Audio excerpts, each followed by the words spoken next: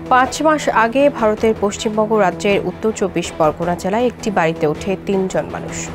তাদের আচরণ ও চলাফেরা দেখে স্থানীয় বাসিন্দাদের সন্দেহ হয়।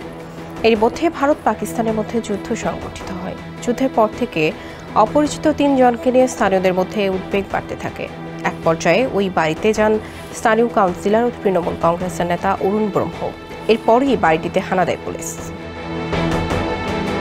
মঙ্গলবার উত্তর 24 পরগনার ভাটপাড়া পৌরসভার 26 নম্বর ওয়ার্ডের বাসুদেব মোড় এলাকায় একটি বাড়ি থেকে 3 জনকে আটক করে জগদ্দল থানা পুলিশ।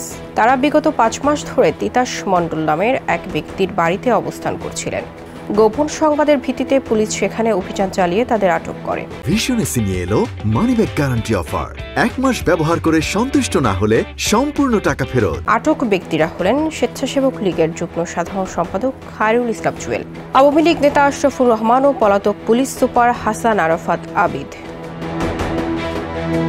স্থানীয় সূত্রে জানা গেছে, ভাটপাড়ার বাসুদেব মোড় এলাকায় তিতাস মণ্ডল নামের এক ব্যক্তির বাড়িতে গত 5 মাস ধরে অবস্থান করছিলেন ওই 3 বাংলাদেশি। একই বাড়িতে পেইং গেস্ট হিসেবে থাকা যাদবপুর বিশ্ববিদ্যালয়ের শিক্ষার্থী অনিরুদ্ধ বিশ্বাস জানিয়েছেন, আটক 3 জন তিতাস মণ্ডলের পূর্ব পরিচিত। তারা বৈধ পাসপোর্ট ও ভিসা নিয়ে ভারতে প্রবেশ করেছেন।